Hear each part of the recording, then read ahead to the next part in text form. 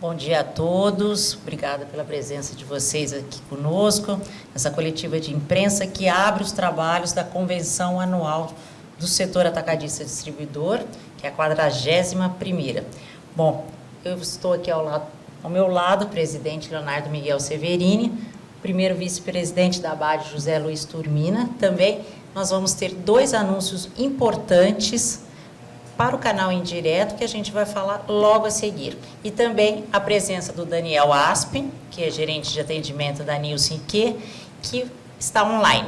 Nós estamos sendo transmitidos pela sala do YouTube da ABAD e pela sala exclusiva. Então, nós temos 2 transmissões com os jornalistas que também farão perguntas quando a gente for abrir.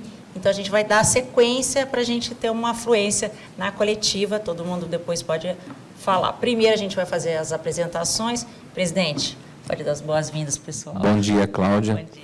Bom dia a todos. É um prazer para a ABAD ter vocês aqui conosco num dia tão importante quanto este, que é uma data do lançamento da continuidade aí da nossa convenção. E vocês fazem com que a comunicação que a gente quer estabelecer com nossos associados, com o nosso canal em direto, fica cada vez mais fluida. Agradeço a presença de todos vocês. Espero que vocês consigam obter o máximo das informações que a gente gostaria de estar aqui passando. Muito obrigado. Bom, primeiro anúncio, eu vou passar para o Daniel, que eu acho que é muito importante, porque são números. A Nielsen, que é uma parceira da ABAD há 28 anos, é a que faz o ranking conosco, né? Como vocês já conhecem, anualmente é o ranking ABAD Nielsen.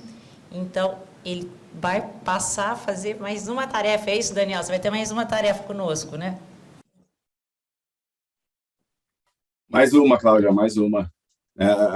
Para quem pensa bastante em metodologias de pesquisa e tal, a gente sabe que tinha diferentes caminhos e diferentes complexidades, né? Para que a gente consiga ser, como é que eu vou dizer, simples, mas não menos preciso, a gente definiu uma metodologia nova.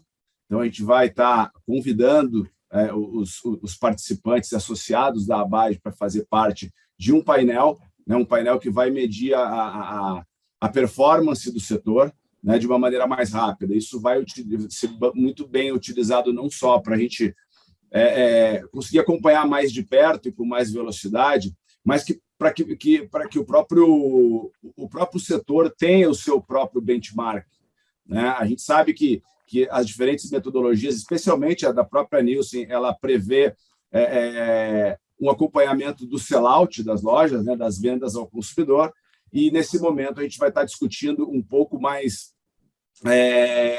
do ponto de vista um pouco mais, eu diria, do outro lado, né, que é justamente a avaliação do que está sendo ofertado aí pelo canal. Eu vou até aproveitar, então, e vou já compartilhar a minha tela. Eu tenho alguns detalhes um pouquinho maiores só em relação a isso que eu estou comentando, e eu acho que você precisa, na verdade, liberar para mim o compartilhamento da minha tela.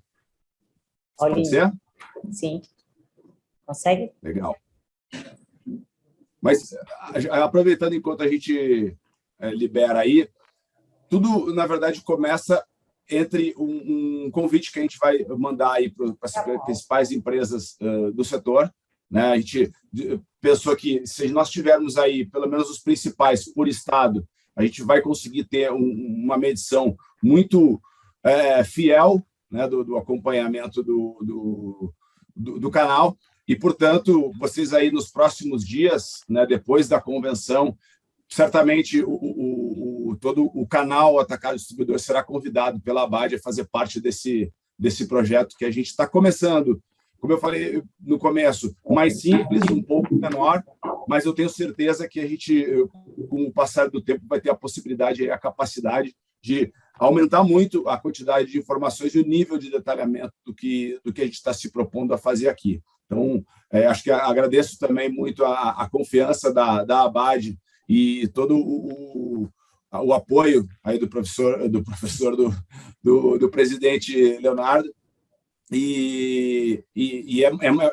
isso. Acho que a gente tem boas surpresas aí. Eu estou bastante animado em ter as primeiras informações do setor. Hoje a gente vai discutir um pouco também o setor, mas pela metodologia mais padrão da Nielsen, que é a questão do sellout. Né? E ver sellout significa a gente está acompanhando que o consumidor está comprando dentro dos canais que são atendidos pelo canal atacado distribuidor. Tá certo? Então, essa é um pouco das diferenças que a gente vai começar a ver. Né? Nosso objetivo principal com esse projeto é ser um termômetro, então, das vendas do canal.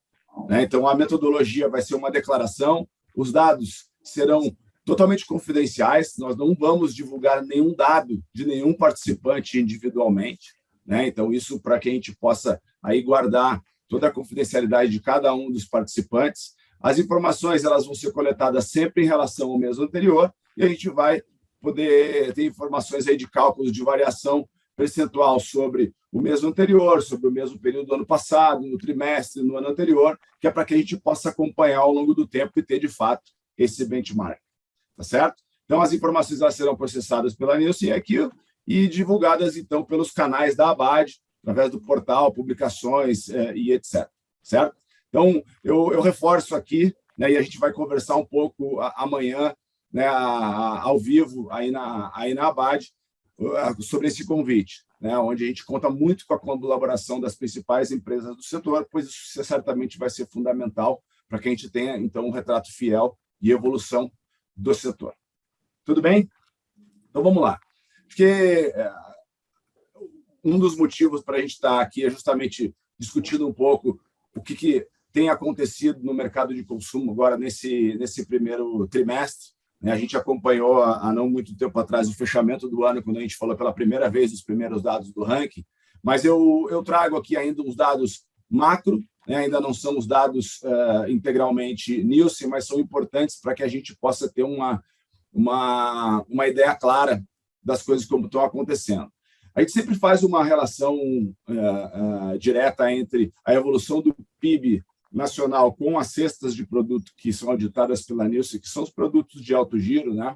Que a gente acaba chamando de FMCG em alguns casos, que, na verdade, elas sempre acompanham esses números.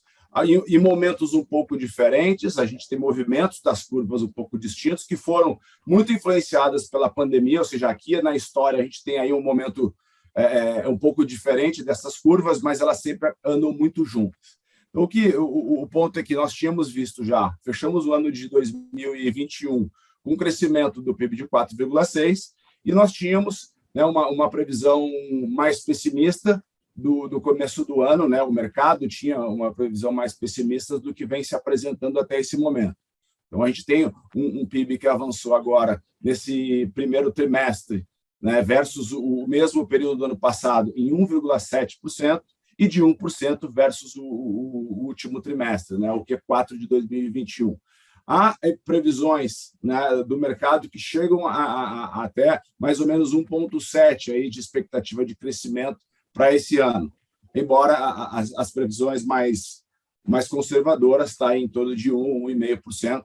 Né? Então, vamos acompanhando para ver o que vai acontecer. Mas o ponto principal, e por que eu estou trazendo isso? Porque isso tudo vai influenciar muito, né, na venda das lojas atendidas pelo atacado e também, consequentemente, em função do que o consumidor está comprando. E algumas outras variáveis que acabam pesando muito nisso, a gente começa aqui, por exemplo, com uma taxa de desemprego. Né? Então, eu sei que essas informações não são novas, estão bastante frescas aí para todo mundo, mas mais para a gente ter uma visão sobre o que acontecia no primeiro trimestre do ano passado e o que está acontecendo agora. Então, a gente tem uma redução bastante significativa nessa taxa de desemprego.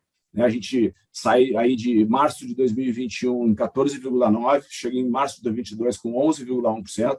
Agora está um pouco menor, mas o foco aqui é o primeiro trimestre.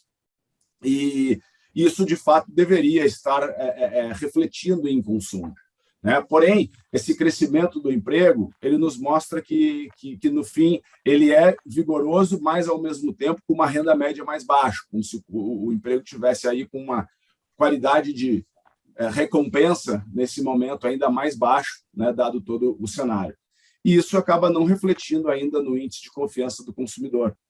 né? Então, quando a gente tem aí um consumidor que está totalmente confiante com relação ao seu futuro, a gente esperaria aí um índice de 100.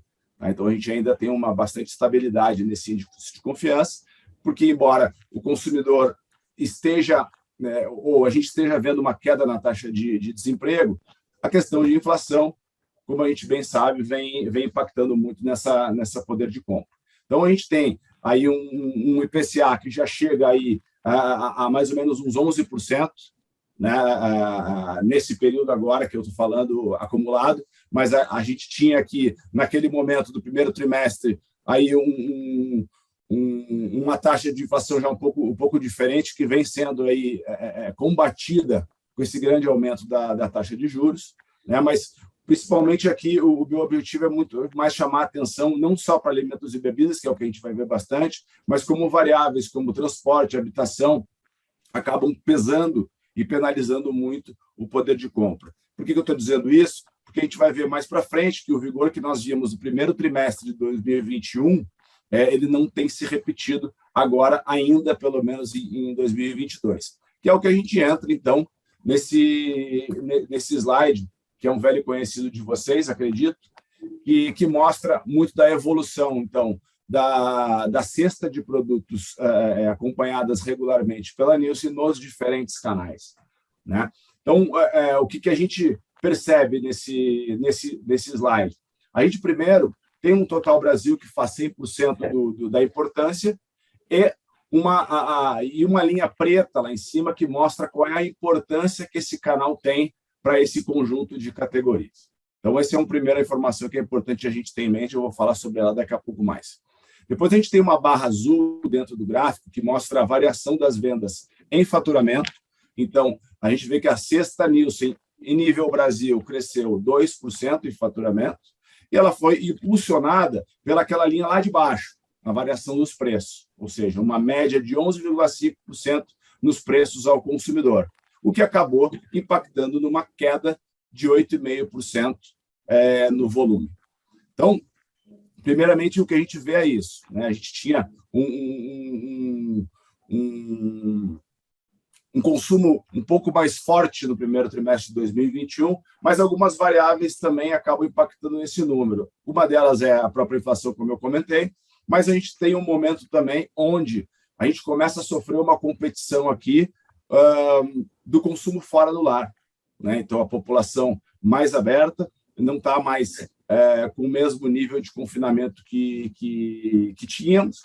Então, alguns canais que hoje não são acompanhados aqui, né, onde o consumidor pode consumir na rua, acaba também, de alguma forma, competindo com esses números. Tá certo? Então, o que a gente vê depois ali, o autosserviço independente, que é a segunda coluna do gráfico, com uma retração de 4,4% no faturamento, e foi a maior queda junto com o Canal Bar. A gente vai ver que a principal razão da retração aí vem do segmento de bebidas, embora os outros segmentos também tenham tido queda.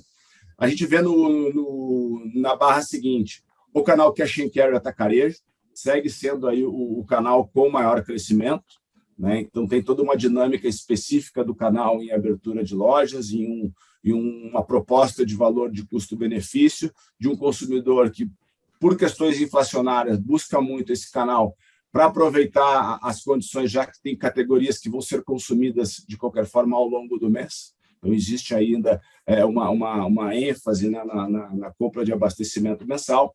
E depois a gente vai vendo o resto dos canais, como o Canal Bar, que teve uma grande queda, os supermercados grandes com uma estabilidade de volume e um crescimento em faturamento dado a ampliação dos preços, um canal tradicional. Depois a gente vê o canal hipermercado, o supermercado pequeno das cadeias de varejo. Então, se a gente soma o autosserviço independente, que é a primeira informação depois do Total Brasil, com o supermercado pequeno de cadeias, o que a gente vê é uma importância desse canal de aproximadamente 27% de importância de tudo que é vendido, né, dentro de todos esses canais. Então, um canal realmente bastante importante.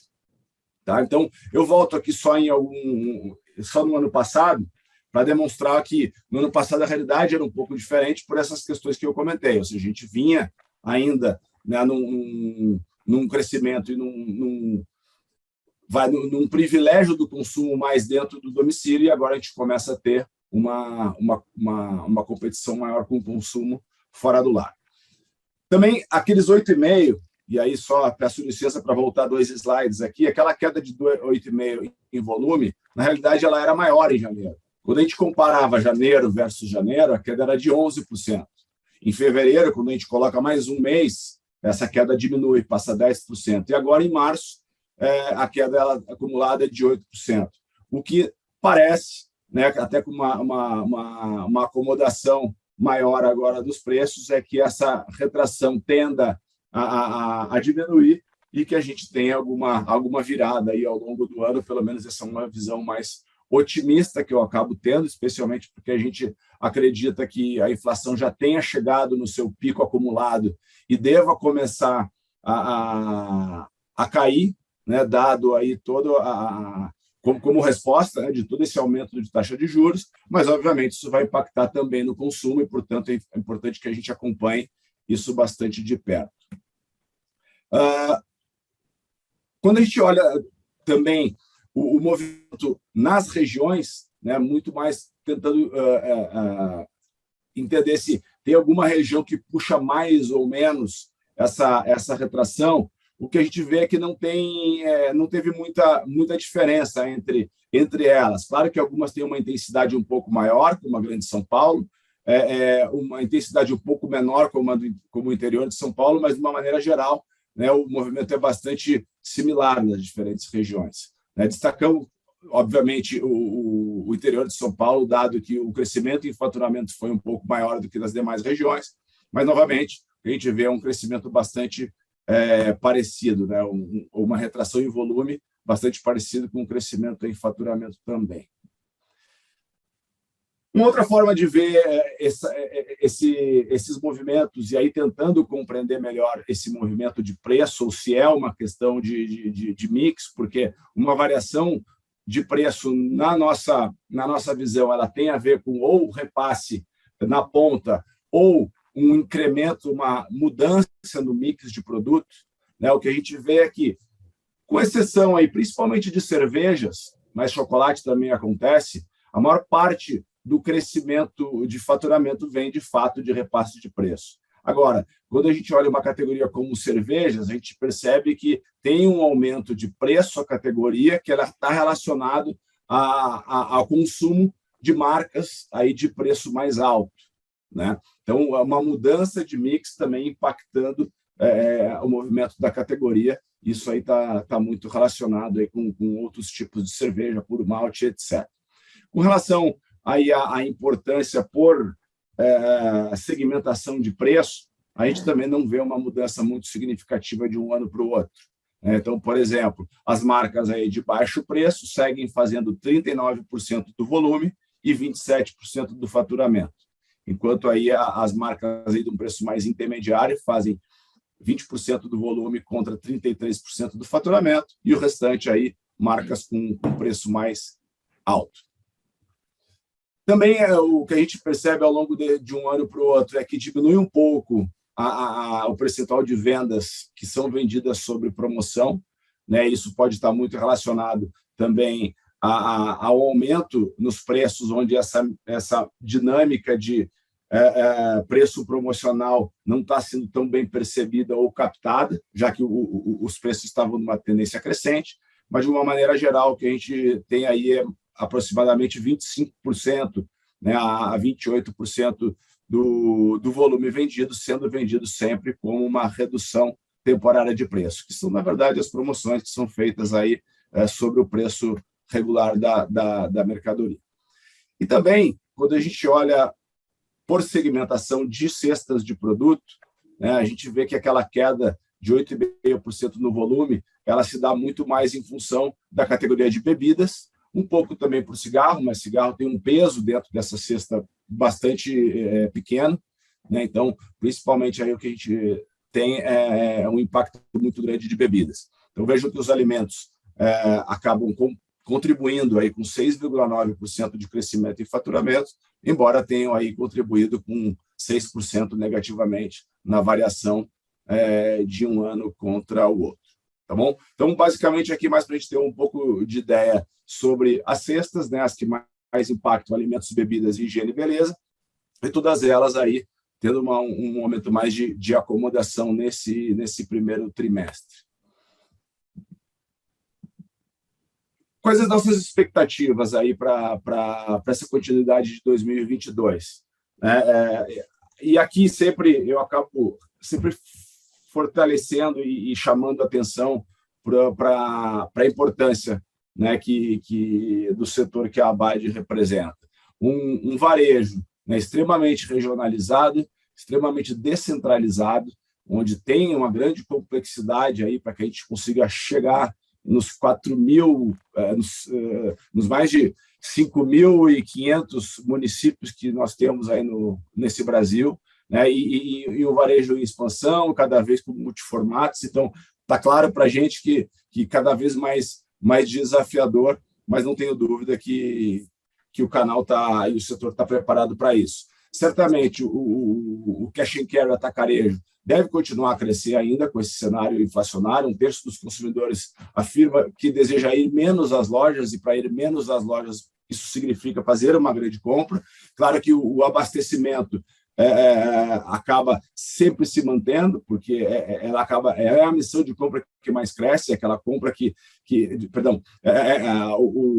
a reposição é aquela que está mais sempre perto de casa, ou seja, você tem que fazer o abastecimento, mas a reposição ela sempre acontece ao longo do mês, porque não é possível, por exemplo, comprar produtos perecíveis para o mês inteiro, e aí a loja de proximidade ela tem esse papel que é fundamental para complementar isso que eu estou mostrando aqui sobre o abastecimento, que é o que eu trago para esse slide seguinte, né? O autosserviço independente, embora ele tenha tido uma queda um pouco mais acentuada que os outros canais, a gente entende que isso é uma coisa muito mais situacional, né? Muito mais pontual, porque o consumidor cada vez busca mais conveniência. Ou seja, eu acredito muito que, à medida que a gente tem uma questão econômica mais fortalecida e uma retomada mais vigorosa da economia, que é o que a gente espera aí para esses próximos anos, né, que a conveniência e a proximidade ela volte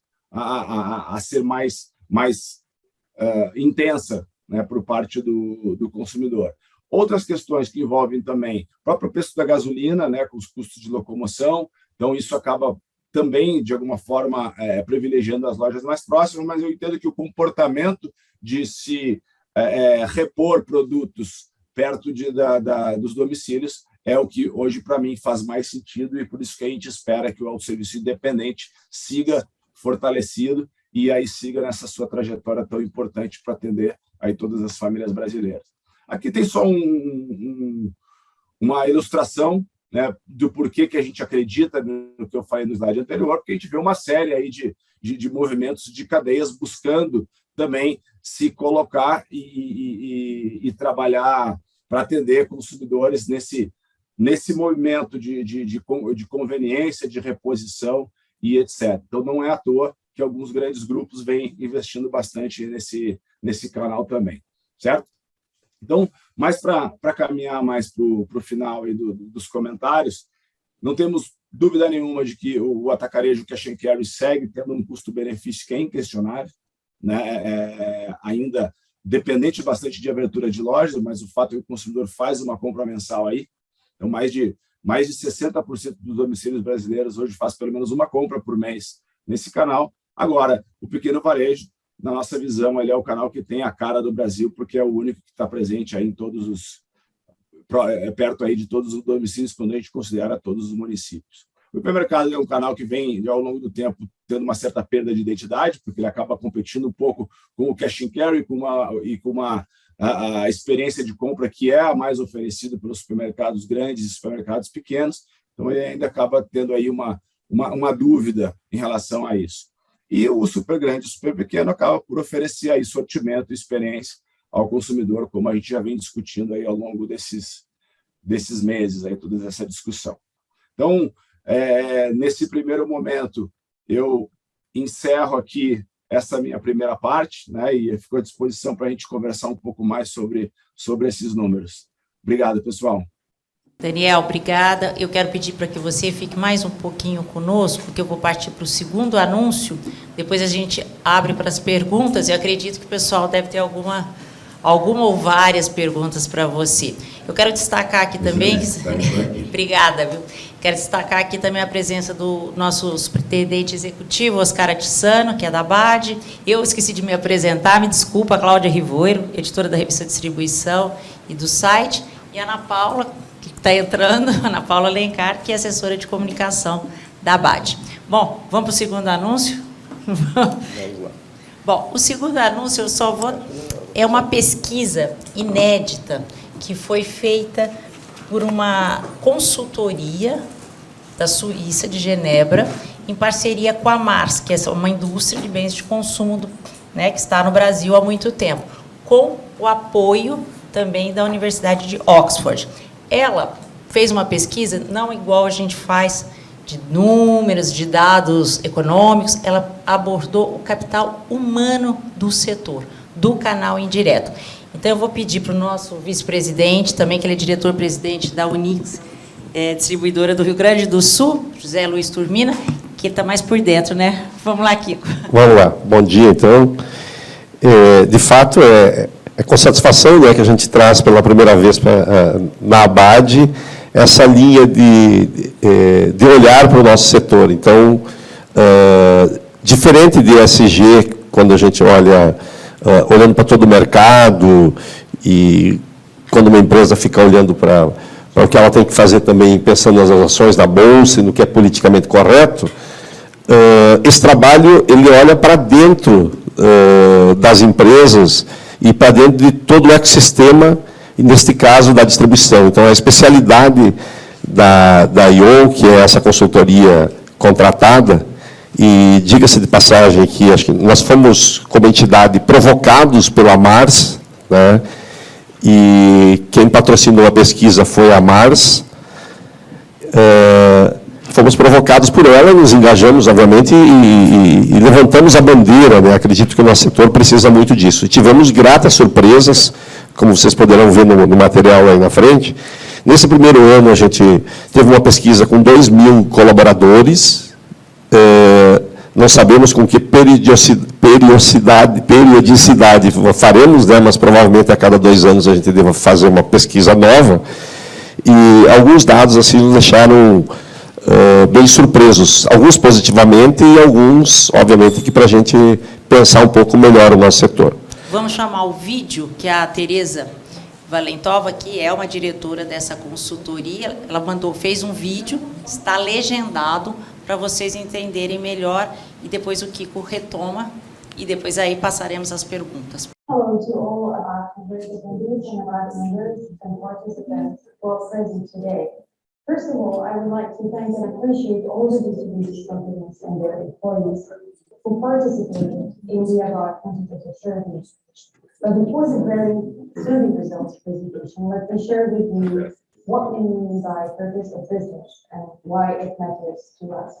What preceded the partnership of ABAD and economics of mutuality on this survey, and what economics of mutuality stands for.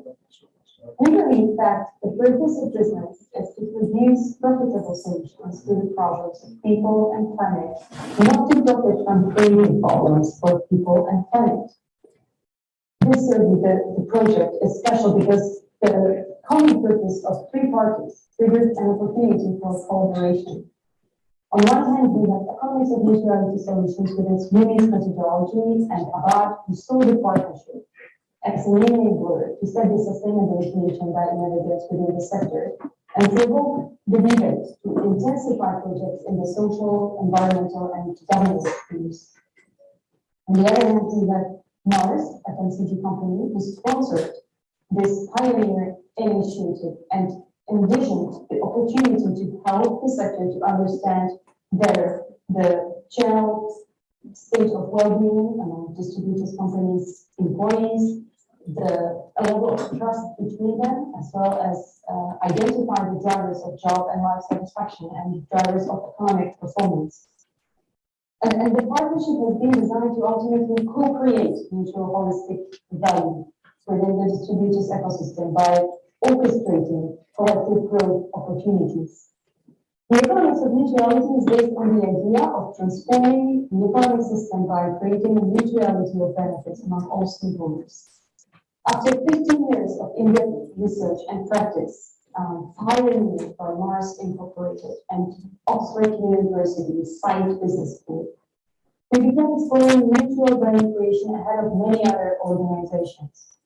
The economics of mutuality, operating globally from Geneva in Switzerland, is a groundbreaking management innovation with a purpose-driven global team and a network of senior advisors that can deliver greater value to society and the environment, and also superior business returns. A win-win for all stakeholders. It's not about doing less bad at a cost, but more good at profit.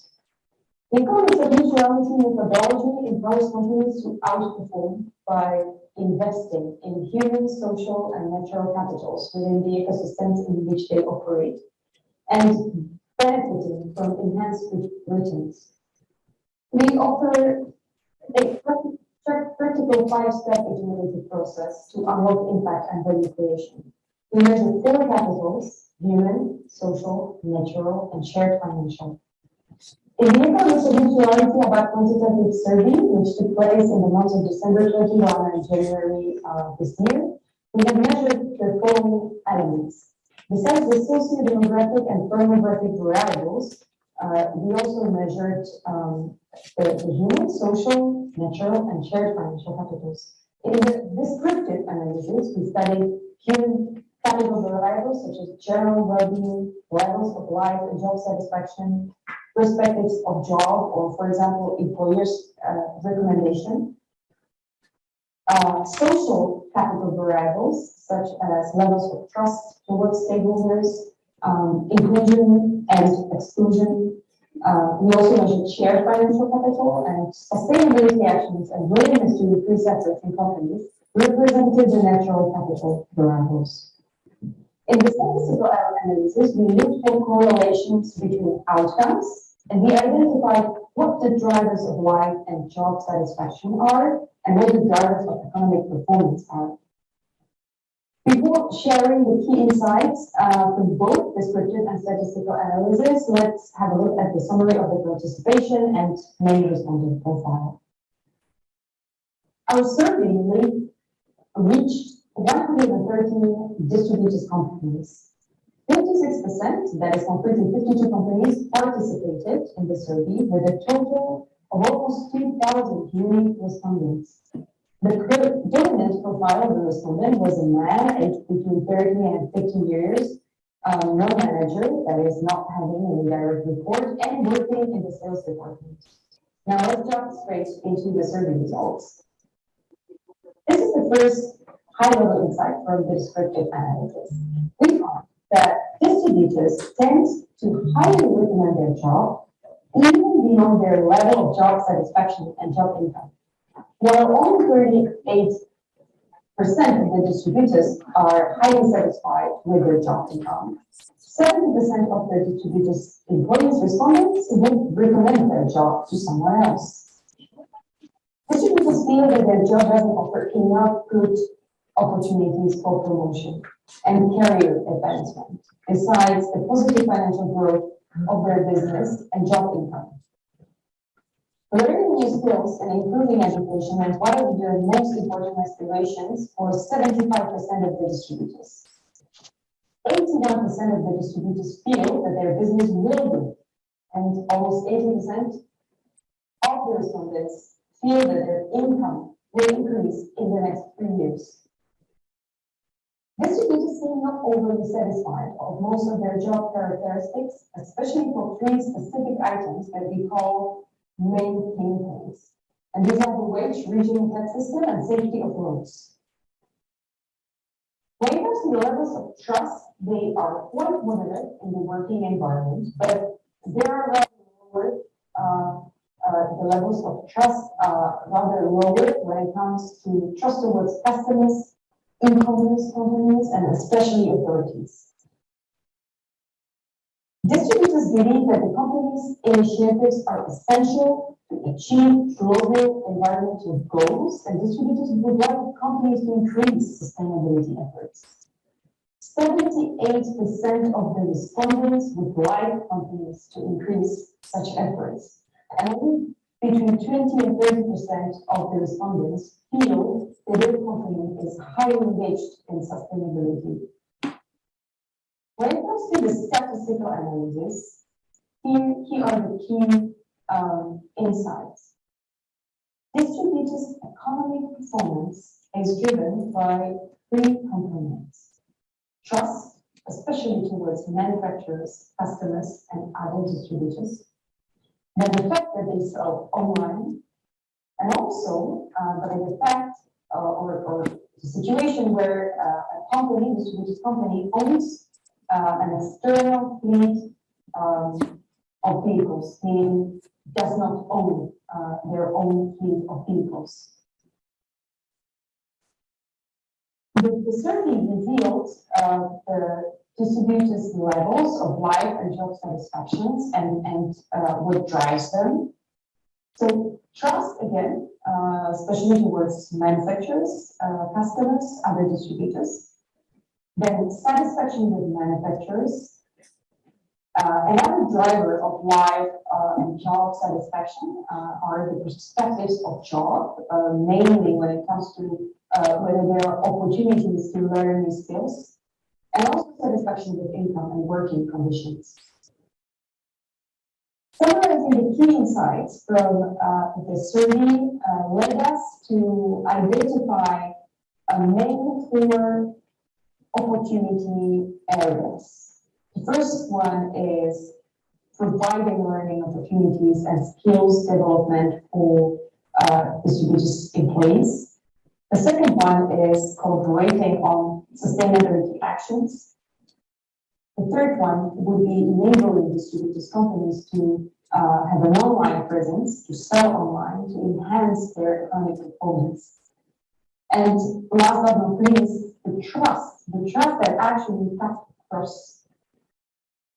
I would like to thank you for your attention, and we are looking forward to receiving your feedback and for potential collaboration. Thank you.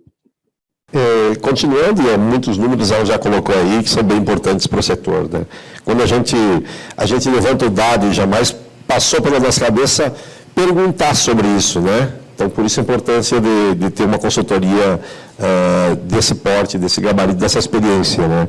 73% dos representantes, dos respondentes, indicariam o seu trabalho. Isso mostra que é uma surpresa para a gente, para o nosso setor, saber que eles estão tão engajados, né? E, ao mesmo tempo, quando eles dizem que 75% desejam aprender novas habilidades, também mostra o quanto a gente pode investir. Não mostra só para nós, tá? Isso mostra para a cadeia como um todo, né? Como eu falei no início, é holístico para todo o nosso setor. Então, para a indústria é muito importante isso. Ela saber que o meio quer aprender com isso, né? Que os nossos, não só vendedores, nossos promotores, nossos motoristas, nossas pessoas. É importante a gente olhar para essa pesquisa, sabendo que donos de empresas, sim, responderam, gerentes responderam, mas 70 e poucos por cento das respostas, 78%, acho que são de pessoas que não são da gestão. Então, e ainda, né, para a gente olhar essa pesquisa como uma pesquisa sobre a percepção dessas pessoas. Então, vocês, mais do que nós, né, sabem que o que vale não é o que você diz, o que vale é o que as pessoas entendem. Então, isso é que as pessoas que fazem o nosso setor percebem do setor. Numa dos itens que está no release aí, está colocado que 30%, de 20% a 30% das nossas pessoas entendem que as suas empresas estão investindo no ambiental, né? Mas isso não quer dizer que apenas 30% das nossas empresas, e ao que eu conheço o nosso setor e as nossas empresas, o percentual é muito maior que esse, tá? Mas, então, nós não estamos chegando, não adianta o dono da empresa executar, fazer, se ele não dividir isso com as suas equipes. Então, às vezes, tem oportunidades aí. Então, isso só mostra o quanto é rico um trabalho desses, para a gente olhar para dentro dele, como setor, nós, como entidade, como ABAD, né, no conscientizar os nossos associados e os nossos fornecedores. Na verdade, todos os envolvidos no processo vão sair ganhando com isso. Então, temos muitos dados aí, também não quero me estender mais, né? Se vocês correrem um pouquinho mais no setor, aí, nos números, vocês vão observar que a gente também tem oportunidades, né? Os participantes, 65% dos participantes são do sexo masculino, 33% sexo feminino. Quando a gente olha isso, a gente olha que o nosso setor também tem que avançar com isso. E está avançando muito. Provavelmente, se fosse, presidente, se fosse há uns 10 anos atrás, a diferença seria muito maior. Tomando como base aqui, imaginando que os respondentes sejam, essa não foi uma pesquisa de números, de fato, quantos funcionários têm, né, são os respondentes que responderam, mas eles devem dar a média e a gente está avançando. Mas isso mostra uma oportunidade que a gente tem de trazer o sexo feminino para o nosso setor. Assim como todos, né, provavelmente, até nos jornalistas que estão aqui, deve ter isso, com certeza, mais avançados, né, acho que já chegou na frente isso. Também uma observação é que os 4 pilares, né? Então, primeiro, o humano, pensando em saúde, conhecimento, bem-estar e nível de satisfação das pessoas, pessoal e profissionalmente, então, dentro da empresa e como elas estão em casa. Social, então, os níveis de confiança. E aqui eu tenho uma observação que, em alguns momentos, aparece aí as pessoas da empresa colocando o nível de confiança delas com o fornecedor.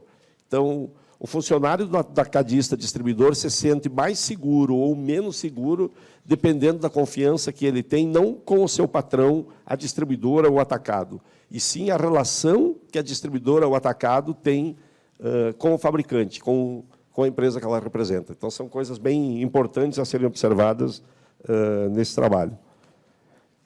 Não vou matar muito mais o tempo aqui, acho que...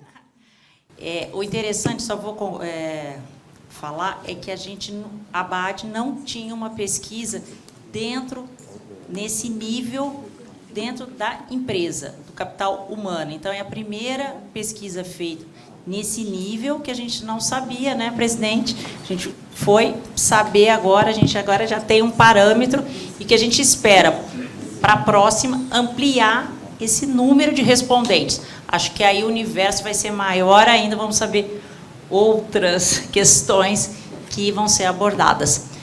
Ok? Então, vamos começar a fazer as perguntas? Quem vai fazer a primeira? Né, presidente? Vamos lá. Por favor, estamos à disposição. Como nós vamos conduzir? Ok? Quem vai conduzir? Quem quer fazer a primeira? Para quem? Funcionando?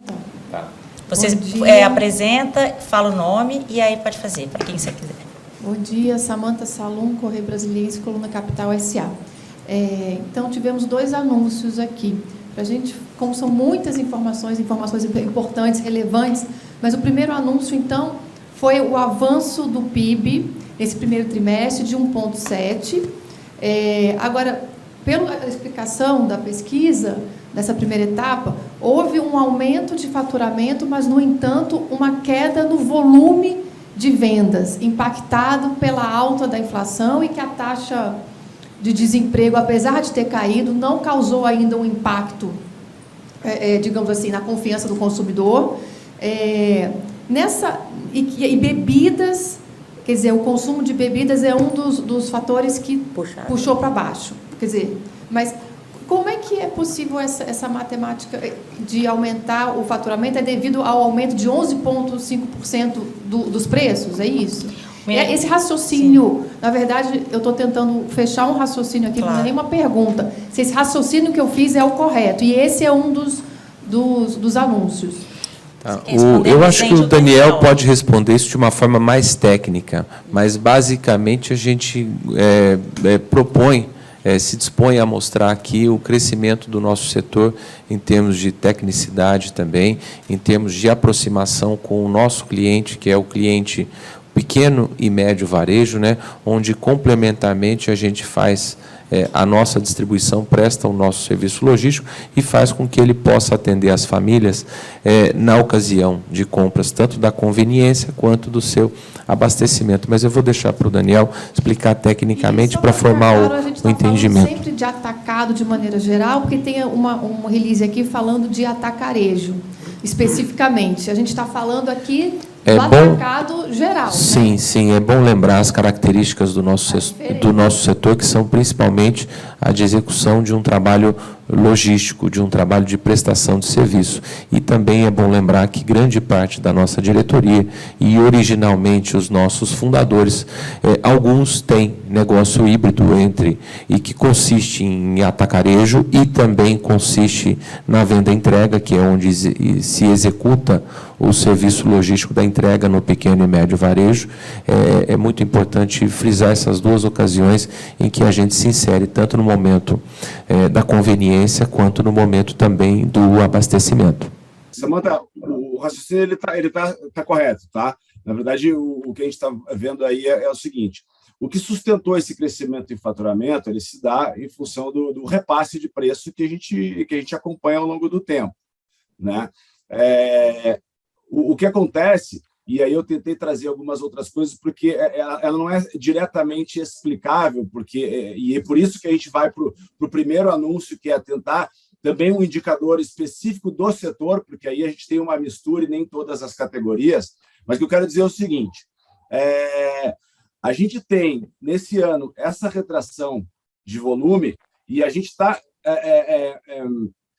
tentando entender isso de duas formas. Primeiro, o ano passado já tinha sido potencializado, a gente tinha tido um crescimento um pouco maior do que se esperava. Esse ano é como se estivesse vai se equilibrando isso, mas a gente tem também uma outra parte que eu não tenho nesse número, que é o impacto das pessoas passando a consumir lá na rua. Por exemplo, se a gente tinha uma família que estava se abastecendo nesse pequeno varejo para fazer o consumo em casa e hoje ela está trabalhando na rua e almoçando na rua, fazendo lanche na rua, isso não está dentro desse indicador. E aí, portanto, aí que a gente vê muito dessa oportunidade de estar buscando, né, um indicador mais perto do setor atacado do distribuidor para ter um pouco mais de acuracidade nisso. Mas o teu raciocínio está certo. A gente tem a pandemia, isso está totalmente relacionado com a questão da pandemia, né? Então, na pandemia, com as pessoas saindo menos de casa, houve uma procura maior, né? Inclusive lá no Distrito Federal, os atacados e os atacarejos eram lotados, inclusive haviam até questões da aglomeração lá, às vezes até era o único comércio aberto. Agora, a gente pode dizer que houve que esse consumo do setor atacadista pelas famílias bateu no teto durante a pandemia, então é natural que ele, com a volta, digamos, entre aspas, da normalidade, essa demanda pelo atacado reduza? É uma causa e efeito direto da pandemia? Acho que não, sabe por quê? Tem uma questão comportamental que a gente precisa sempre acompanhar, né? As pessoas, em geral, elas buscam sempre, na minha visão, conveniência e praticidade. A conveniência e a praticidade está perto de casa, ela não é aquela compra do atacarejo, daquela loja grande, etc. Então, acho que existe um composto aí entre um dado que foi impulsionado no primeiro trimestre do ano passado para as pessoas estarem mais confinadas. Agora, existe sim essa competição agora de outros canais que também são atendidos pelo atacado, mas que eu, Nilson, não tenho dentro do meu número, né? Mais uma questão comportamental. O que eu quero dizer com isso? À medida que nós tenhamos uma população seguindo no crescimento de emprego, seguindo ganho de renda real, nós vimos isso no passado. Começa a se desenvolver o canal mais proximidade, os supermercados de médio porte, de pequeno porte. E aí, essa questão da conveniência e praticidade acaba sendo mais predominante do que a busca do preço pelo supermercado da grande superfície ou de um atacarejo, você entende? Então, não dá para fazer uma relação 100% direta sem acompanhar um pouco desse comportamento. Mas qual é o nosso momento agora, então? O nosso momento agora, qual é o momento de agora? O momento agora, a despensa das famílias estava lotada. Hoje a despensa das famílias está um pouco menos lotada, porque as famílias também estão consumindo fora, coisa que elas não estavam consumindo. Então, o quadro seria este para efeito de uma formação. Especificamente da questão da renda. Agora eu entendi, ele estava explicando, que o atrativo do menor preço compete também quanto à família. Se a economia melhora, a renda da família melhora, e aí ela não precisa procurar tão desesperadamente o melhor preço no atacado, e ela acaba optando pela conveniência de estar em algo, mesmo que seja um pouco mais caro, mais perto dela, é isso? Sim. E aí eu quero saber se a gente está que- vivendo isso neste momento. Mas é que esse canal também é atendido pelo atacado, né? A única diferença é que a gente está falando de diferentes modelos de atacado. Um está do atacado de autosserviço e o outro atacado distribuidor, mas no final do dia eles são atendidos pelo mesmo setor, né? Para o Daniel, pergunta. Daniel, você hoje vai ser bombardeado aqui, olha só. A pergunta é: o que podemos avaliar dos dados do primeiro trimestre do setor no Nordeste? Dá para você fazer alguma previsão aí para a região? Fez uma avaliação agora há pouco que a queda da região Nordeste está muito similar às das outras regiões, tá? Com algumas diferenças aí, volume e faturamento, mas a performance, no geral, ela é parecida. Agora, onde está a questão do Nordeste? A gente tem uma predominância do varejo nordestino de lojas tradicionais e lojas de pequeno porte, tá certo? Então, o que acontece é que o setor em si, se o Nordeste vai mal, ele pode impactar um pouco mais, né, do que as outras regiões, por exemplo, ter uma questão numérica mais intensa. Agora, a gente não viu no número uma redução muito diferente entre uma região e outra.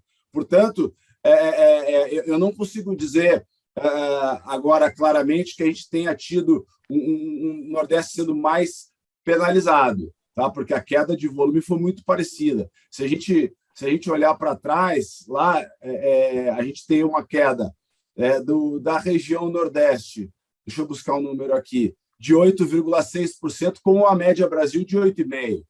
Né? Então, na verdade, o que a gente teve é muito mais uma queda muito parecida com as outras regiões. Roger Dias, do Jornal Estado de Minas, de Belo Horizonte.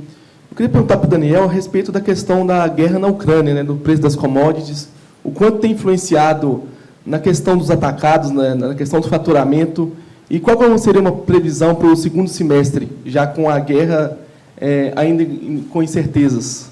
A gente já tinha tido, eu acho que o maior... É difícil a gente ter uma ideia do que vai acontecer, porque a guerra ainda não acabou, né? E toda a discussão sobre commodities e principalmente a questão do petróleo também, ela é muito incerta. Agora, a gente já teve uma aceleração extremamente alta das commodities ao longo da pandemia, né? Porque foi um movimento global.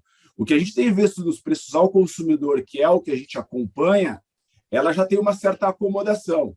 Embora nós tenhamos aí uma média de preço de 11% versus o ano passado, quando a gente olhava ao longo da pandemia, nós tivemos óleo de soja um crescimento de 50%, 60%.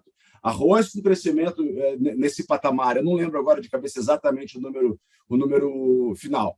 Agora, se a gente continuar vendo, né, ou se essa guerra se estender, aí é uma percepção mais minha, eu acho que a gente vai continuar tendo impactos muito grandes no aumento dos combustíveis, que, por sua vez, vai impactar o preço das commodities, porque o transporte desses produtos é muito mais caro, né? Mas eu não conseguiria fazer uma projeção muito clara por não ter muita ideia de até onde isso vai. Agora, a sensação que eu tenho é que a maior parte do crescimento ele se deu já no momento anterior, né? Que foi a questão da pandemia. Agora, acho que o time aí do atacado pode falar um pouco mais da relação do peso das commodities no mix né, do Sim, canal. sim. O que a gente sente um pouquinho principalmente o impacto aí no barril do petróleo, no valor da energia que a gente tem sentido, mas em termos de relacionamento nosso com o fornecedor, onde a gente pode testar alguma dificuldade em termos de abastecimento do seu mix, dos seus produtos, a gente não sentiu, tá? Então, o que a gente vem sentindo, de fato, é uma recomposição de preços em cima de situações inflacionárias, mas abastecimento a gente não tem sentido nenhum susto.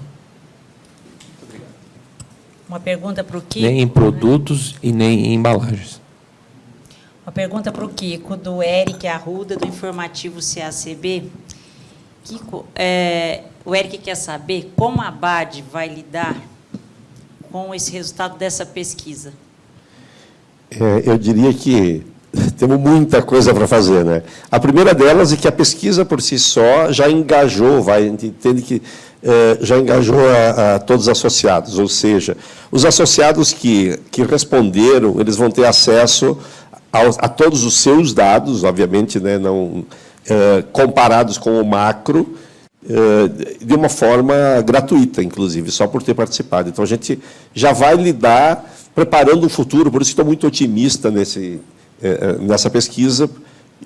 No futuro vão ter muito mais engajamento por isso. O que a gente vai fazer com os dados? Então, primeiro, aquilo que eu falei, se nós temos um ecossistema querendo crescer, querendo conhecer.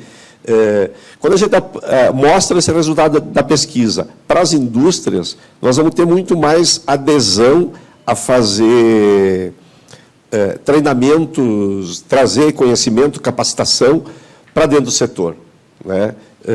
A partir de segunda-feira, quando chegar um diretor de uma grande indústria e o pessoal do comercial pedir ajudas necessárias lá para o pessoal que ajuda eles em treinamentos internos, vai ter muito mais adesão, porque diz, cara, já tem um terreno preparado e amplo para isso. Pegando só esse tema de educação. Mas tem os outros temas que nós temos que trabalhar e em aberto com os nossos fornecedores, porque quando as pessoas dizem que se sentem mais seguras pela confiança que a sua empresa tem com o fornecedor, isso mostra um viés que a gente não enxergava, entendeu? Então, deixa de ser uma relação simplesmente comercial, né? Eu não estou vendendo esse produto porque meu patrão compra e eu estou levando para o mercado para vender.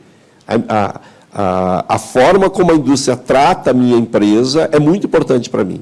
E isso muda as relações. Então, acho que tem um conhecimento muito rico aqui para a gente utilizar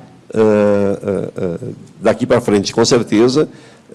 Né, nós já estamos falando, né, quando começou a pesquisa, já começamos a falar sobre isso, e a gente criar dentro da ABAD não sei se vai ser um fórum, né, presidente, ou alguma coisa que seja mais recorrente com isso. Alô? Então, voltando para a primeira etapa, para o primeiro anúncio, o Miguel até destacou a questão do balanço de 2021, de terem ultrapassado a barreira dos 300 bilhões, né? Esses 300 bilhões é de movimentação, de PIB do setor ou de... É isso, os 300 bilhões? Volume financeiro, tá bom? E participação no setor merceario. O setor merceario é abastecimento das famílias no que tange alimentação e limpeza. Que se atingiu esse patamar, sim. Mas que ele vem se mantendo em termos de participação no setor varejista merceario. Nossa participação, historicamente, tem sido, ao longo dos últimos 20 anos, de acima de 50%. Esse ano bateu 51,3%. E existe uma projeção para 2022? Vocês esperam que vai ser maior ou menor? E esse anúncio, esse cenário que o Daniel apresentou, vocês avaliam como? Esses números apresentados no primeiro trimestre desse ano, vocês avaliam como positivo, negativo, esperado, dentro da expectativa? A gente imagina que tenha sido dentro da expectativa, até por ter tido boom ao longo dos últimos 2 anos, né? E houve uma mudança de comportamento muito grande em função da emergência, da urgência que houve, e todos sentiram isso aí. Nós como família e nós como empresários também. A ideia nossa é sempre estar crescendo através de cada vez mais uma melhor prestação de serviço, um melhor relacionamento também, tanto com o nosso parceiro fornecedor, quanto com o nosso cliente, e reflexo disso está na participação que a gente tem aí no consumo das famílias, que é sempre acima de 50%. Então, nós como entidade estamos trabalhando para trazer para o associado cada vez mais ferramentas, tecnologia, network, para que ele possa cada vez mais desempenhar o seu trabalho. Bom, vamos voltar com a nossa colega lá da Agência Estado, acho que agora ela vai conseguir entrar, vamos ver? Obrigada, querido. Olha, eu estou com uma dúvida parecida com a da colega aí, deixa eu aproveitar para tirar. Vocês disseram que querem continuar crescendo. No slide da Nielsen, tinha ali um crescimento de 5,6% em 2022, frente a um crescimento projetado do PIB de 1,1%. Esse 5,6% é o que vocês acham que vocês vão crescer em 2022, o setor atacadista? Sim. Sim. Daniel, você pode me complementar se você achar que deve, mas essa é a expectativa que nós temos.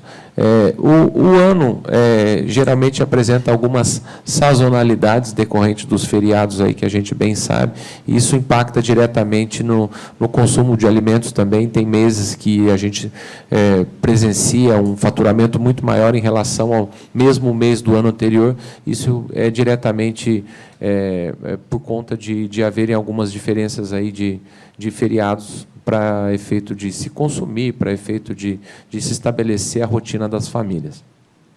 E aí, deixa eu só emendar mais uma pergunta para o Daniel me ajudar também, porque esse 5,6% de crescimento, a gente ainda não sabe como vai ficar a inflação no ano, né? Mas pode ser que não vença a inflação, então, pelo que eu estou entendendo. Então, eu queria saber se a perspectiva é de queda de volume no acumulado do ano de 2022. Algo que eu não entendi tão bem aí no começo, porque quando você fala de 5,6%, de fato tem um slide que eu tenho esse número, que ele, na verdade, é o crescimento do canal da Sexta Nielsen de 2021 versus 2020. Ou seja, ele cresceu 5,6% e agora, esse trimestre, a gente caiu 8,5%. O que dá aí, acho que a tua pergunta de baixo, que é a retração acumulada, aí dá aí algo em torno de 2% e alguma coisa por cento. Entre 2,5% e 3%, certo? Cresceu 2,3% no primeiro Exatamente. TRI de 22 frente ao primeiro TRI de 21. Não, o primeiro TRI de 22 contra 21 foi uma queda de 8,5%. O que eu comentei é que 5,6% ele cresceu 21 versus 20. Ou seja, a gente teve um crescimento e agora a gente tem uma retração que foi um pouco superior àquele crescimento que a gente já tinha visto. Tá certo? Então, acho que esse é o ponto. Acho que a gente acaba não fazendo essa projeção, pelo menos nós como Nielsen não temos essa projeção, como a gente faz uma dinâmica dos diferentes canais e, ora, o atacado ele tem mais influência, às vezes um pouco menos em alguns outros canais, a gente acaba não fazendo tanto isso. Agora, qual que é o ponto aqui que eu trago como reflexão? Tá? A gente tem a Sexta Nielsen, como elas são produtos de primeira necessidade ou de alto giro, eles são produtos que têm um impacto mais rápido, né? Às vezes, quando tem esses movimentos de economia. Mas isso quer dizer o quê? As linhas PIB e Sexta Nielsen, elas vão se oscilando, mas elas vão, de alguma forma, se acompanhando. A gente tinha, no ano passado, um movimento meio parecido, mas um pouco mais demorado. O que eu estou querendo dizer? A gente teve uma aceleração do PIB agora, tá certo?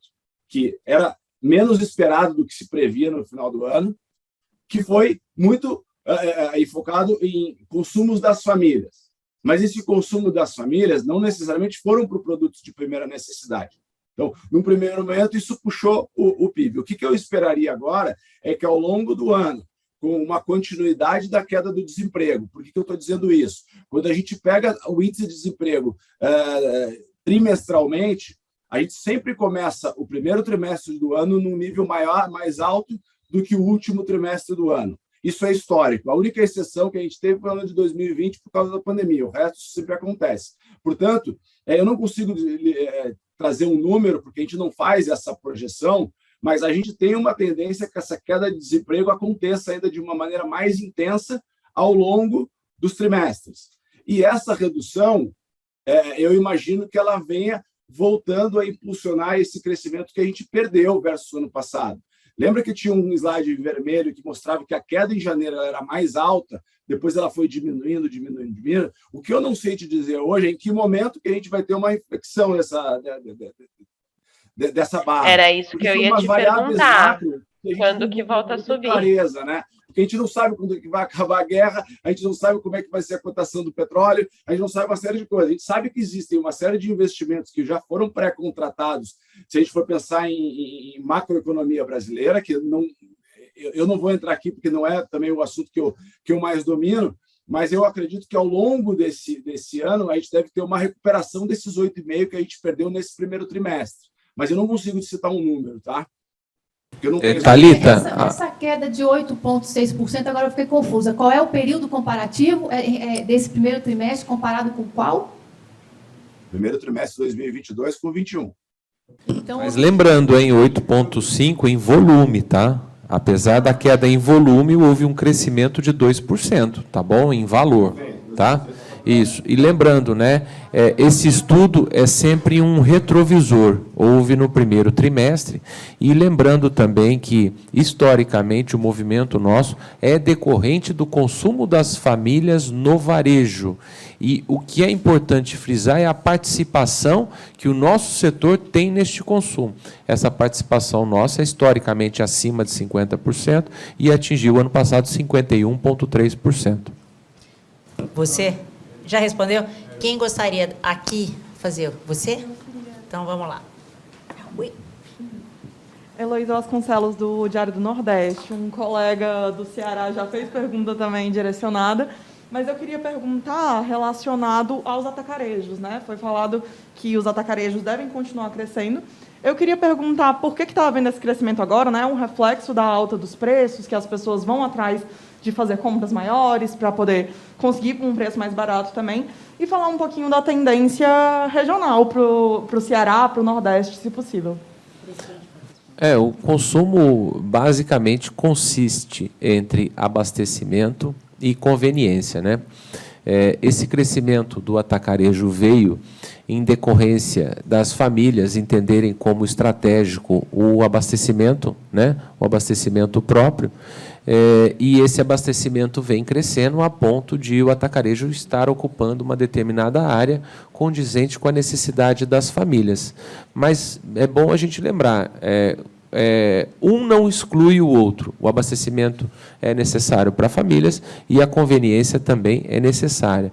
O que há, muitas vezes, é o comparativo que as famílias fazem do momento do seu consumo, principalmente com relação ao abastecimento. Ela não põe na conta apenas o carrinho em si, mas também o deslocamento. Isso é muito importante, isso faz parte de toda a composição dela, da despesa.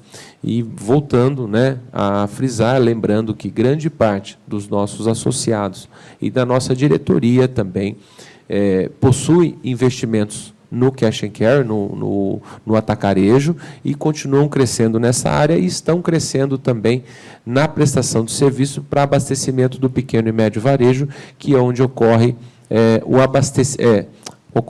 a compra de conveniência das famílias.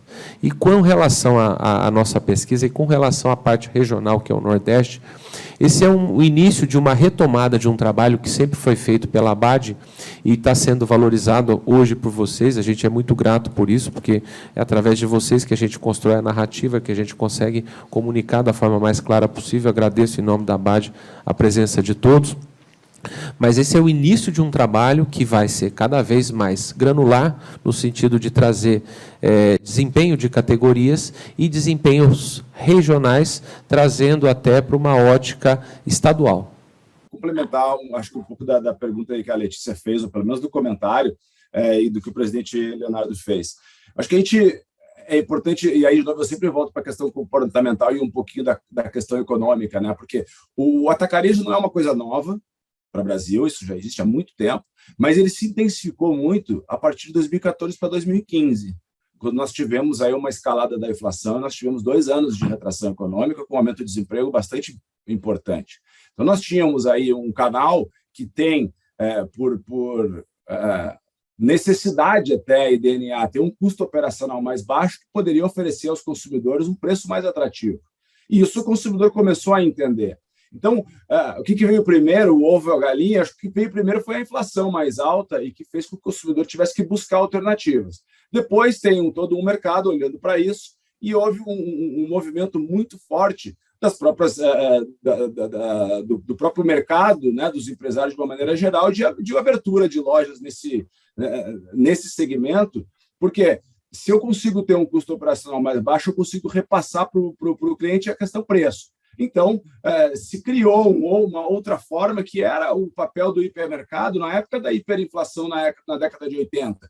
Então, quando a gente olha para frente, olha, o atacado ele deve continuar acelerando. Enquanto nós tivermos um cenário inflacionário e as cadeias e o empresário entendendo que tem uma população que possa ser atendido por esse canal, ele vai continuar se desenvolvendo. Agora, o que o presidente Leonardo falou, para mim, está bem alinhado, que é a experiência de compra não é tão boa num atacado de autosserviço, porque é tempo, porque é demorar.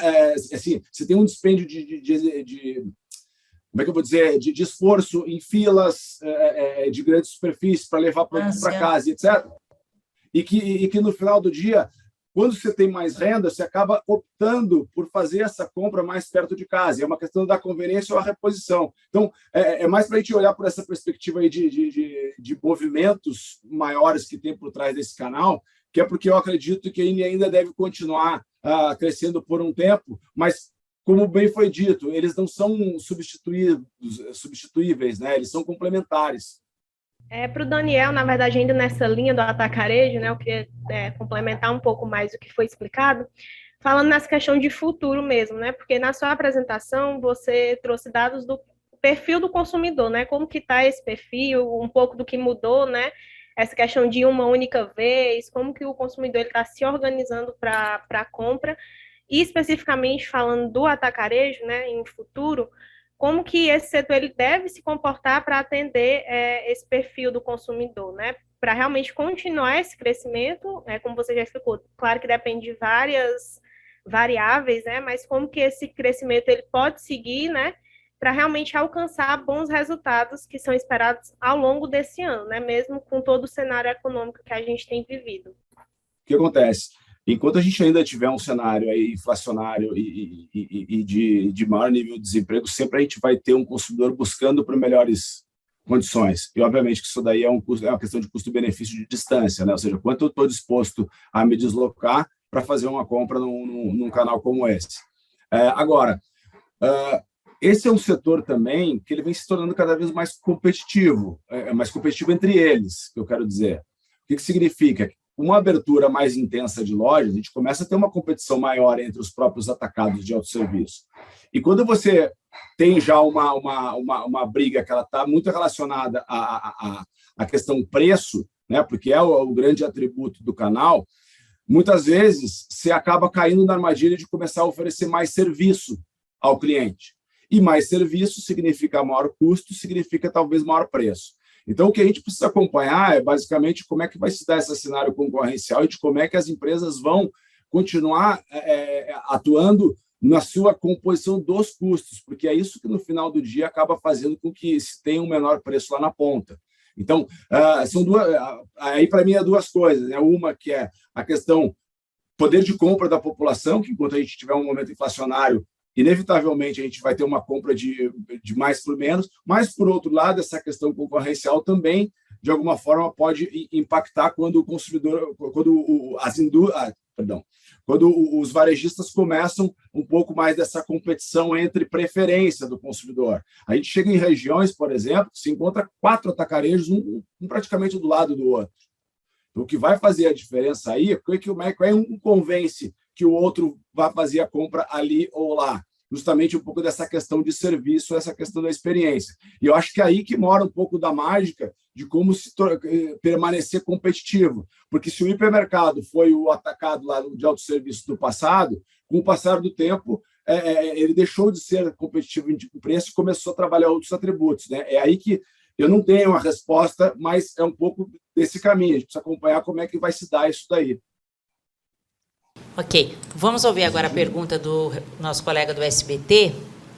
E, gente, a gente está bem adiantado aqui, a gente já extrapolou quase 1 hora. Vamos lá, acho que... Tudo bem, gente. Só para complementar um pouco esse raciocínio do Daniel, mas algo me deixou um pouco uma pulguinha atrás da orelha para o futuro. Samanta já comentou e a Letícia também. Nos dados mostra que a gente teve uma queda de volume de 8,5%, só que um faturamento de 2%. Isso comprova, de repente, que as famílias elas estão comprando menos, estão pagando mais caro por menos. E a preocupação é, daqui para frente, como que o setor está se preparando em relação a esse empobrecimento das famílias, porque a inflação tem ocasionado isso, né? Algumas indústrias do setor alimentício, por exemplo, elas fazem a reduflação, que é a redução, inclusive alguns itens estão menores, o volume de dentro das embalagens também estão menores e tal. E como que é a projeção daqui para frente? Eu sei que o Daniel falou que não tem como trabalhar com isso, com essa projeção, mas é algo que eu acho que é algo que preocupa a gente da imprensa como um todo e como vocês veem isso. Ótima pergunta, e bom que a gente tem 2 atacadistas aqui, eles já devem estar pensando. Vamos, primeiro o presidente fala, depois o Turbina também pode falar, porque eles estão já sabendo. Bom, a preocupação nossa existe até mais como cidadão do que como empresário. A gente presencia em algumas situações, sim, uma situação de reposição, né?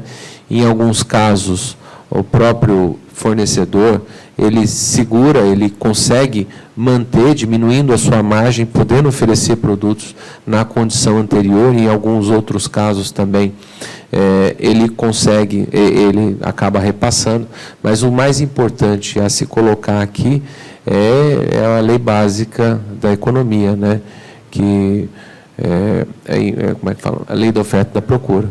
A maior oferta, os produtos tendem a diminuir, menor oferta, os produtos tendem a aumentar com maior demanda, né? Mas a competição, ela continua acirrada entre grande parte das indústrias, e a competição faz com que elas melhorem cada vez mais o potencial do seu produto. Então, basicamente, a gente pode responder isso. Com relação à economia e à política, a gente é um pouco mais refém da situação, que é uma situação maior, mas eu vejo que a indústria, fazendo o seu papel, cada vez mais espremendo a sua margem, podendo estar colocando o seu produto à disposição do consumidor, ela tem feito no sentido de ter a sua fatia do mercado, o seu market share, e é isso que a gente conclui como empresário e até como cidadão. Quer complementar? O resumo é a lei de mercado, né? Na verdade, se diminuir o volume de produtos faturados, na verdade, tem que ver como é que a gente paga a conta, nós, enquanto serviço, né? Porque a gente presta um serviço para a sociedade, que a gente pega da indústria, vai lá, distribui, abastece o supermercado, ajuda o pequeno varejo. Então, esse é o nosso serviço. Se diminui o tamanho do bolo, nós vamos brigar entre nós para fornecer o melhor serviço pelo menor preço, pensando no setor. Tá? Que é o que o Léo falou, pensando como sociedade, obviamente, que para todos, né, é cruel a inflação, né? Ela é cruel e ela tira principalmente dos que ganham menos, né? Eu não sei, eu acho que eu sou dos mais vetiotos aqui, então eu vivi bastante isso no passado, né? Inflação de 30% ao mês, e eu sei como era isso e como era complicado a gente trabalhar com isso. Não acredito que vai chegar nem a 30%, nem a 20%, acho que o governo está tomando as medidas cabíveis, e elas são amargas, né? Então, quando aumenta juro, não vou entrar aqui também em macroeconomia, que não é meu forte, né? Mas vai aumentar o juro para diminuir o consumo. Na verdade, é isso, essa é a intenção mesmo, é diminuir um pouquinho o consumo, para diminuir a pressão inflacionária, e eu acredito que seremos felizes com isso nos próximos meses. Eu sou otimista por natureza. A pulguinha que ficou atrás da orelha, ela é verdadeira, né? É um consumidor que está comprando menos e pagando mais. Isso é, infelizmente, o fenômeno inflacionário. Agora, quando isso acontece do ponto de vista do consumidor, o que o consumidor ele faz? Primeiro ele começa a ser mais criterioso nas compras, né? Porque tem outras contas que também ele paga que estão sendo influenciadas. Portanto, a gente vê menos desperdício, maior aproveitamento, né? Embalagens um pouco menores. Isso acaba, no primeiro momento, impactando o volume comprado. Por outro lado, a partir do momento que a gente começa a ter mais uma estabilização dos preços e as pessoas começam a acostumar com os níveis de consumo, isso tende a voltar. Por isso que eu estou batendo muito nessa questão da volta do emprego, do aumento da renda, porque a primeira ação que o consumidor tenha no aumento maior dos preços eu vou retrair meu volume. Como? Vou tentar consumir menos, vou ser um pouco mais criterioso. Então, é mais por esse sentido. Isso é uma verdade, tá? Mas é muito dentro desse momento que a gente está. Eu queria só complementar a pergunta dele. A reduflação é uma tendência para as indústrias nesse momento? A gente não tem visto isso com constância, não. A gente não tem visto diminuição de embalagens, diminuição de oferta, muito pelo contrário. A gente tem visto, por parte da indústria, um esforço maior, uma cota de sacrifício aí para manter o seu share, né? Como a gente fala, né? Concorrência desperta o que melhor tem nos produtos, né? Então, a gente tem visto aí as indústrias constantemente tentando inovar, tentando trazer soluções inteligentes aí para que continue o consumo. Então, respondendo positivamente a tua pergunta, a gente não tem presenciado. Pessoal, vamos encerrar, porque a gente já está chegando, já na metade, já entramos aí na tarde, a gente tem um longo dia hoje, amanhã. Para quem quer fazer mais perguntas, o pessoal vai ficar aqui, só o Daniel que não, mas a gente depois pode passar seu contato, né, Daniel, para o pessoal, claro. Olha lá. E a gente ficou muito satisfeito com a sua participação. Daniel, muito obrigada. Viu? Mais essa participação. Continuamos juntos, né? Mais novidades, lançamentos, números aí que vem por aí. E todos estão convidados para um almoço aqui no piso térreo. Eu agradeço muito a presença de vocês. Presidente, quer falar um pouquinho? Sim. É um prazer enorme ter vocês conosco aqui com a ABAD novamente. Espero que a gente se veja muito mais vezes, porque o desafio nosso é estar trazendo recorrência tanto às informações econômicas quanto a essa pauta inclusiva em termos de ambiente, em termos de sociedade, onde foi trazido aqui números relevantes e a gente nota com esses números aqui um ambiente cada vez mais favorável aos nossos colaboradores, ao nosso ecossistema, e eu tenho certeza aí que a gente vai ter muito assunto para a gente estar discutindo mensalmente. Muito obrigado a todos. Vou passar a palavra aqui para o Kiko. Acho que é só agradecer e fazer um pedido, né? Nos ajude a construir esse setor, né? Já está bem construído, eu diria, mas nos ajude a manter esse setor vivo como ele é, porque ele é mais importante para as nossas famílias do que vocês pensam, digamos, para quem não conhece ainda o setor, né? Todo dia a gente tem caminhão em tudo que é cidade, aonde na própria pandemia isso ficou claro, né? A gente não houve nem desabastecimento. Não houve desabastecimento e com tudo que ocorreu assim e lá nos lugares mais longínquos. Então acho que é um setor a ser reconhecido e respeitado, né? Pelas pessoas que hoje estão lá embaixo de chuva entregando numa vila que a gente nem imagina como é que chega lá. Às vezes um motorista vai ficar uma semana lá ilhado, mas vai fazer o trabalho dele. Obrigada. E ao Daniel, né, que infelizmente não pôde estar conosco em função de enfermidade, mas eu tenho certeza que procurou se desdobrar ao máximo para estar trazendo o máximo de informações e estar respondendo a pergunta de vocês. Daniel, obrigado. Vamos continuar aí esse trabalho árduo nosso e recorrente durante muitos e muitos anos. Sem dúvida. Obrigado, pessoal. É sempre um prazer estar com vocês. Obrigada. Gente, lembrando, só dando um recadinho, essa pesquisa, ela é inédita. A gente não publicou, nem a revista de distribuição publicou, nem o site, nada. A gente está passando aqui para vocês para primeira mão. Primeira mão. O jornalista adora, a gente adora, né? Furo, adora. Tem algum embargo? Não tem embargo. Vocês podem dar a nossa revista na próxima edição. Então, ela é toda de vocês, tá bom? Obrigada a todos.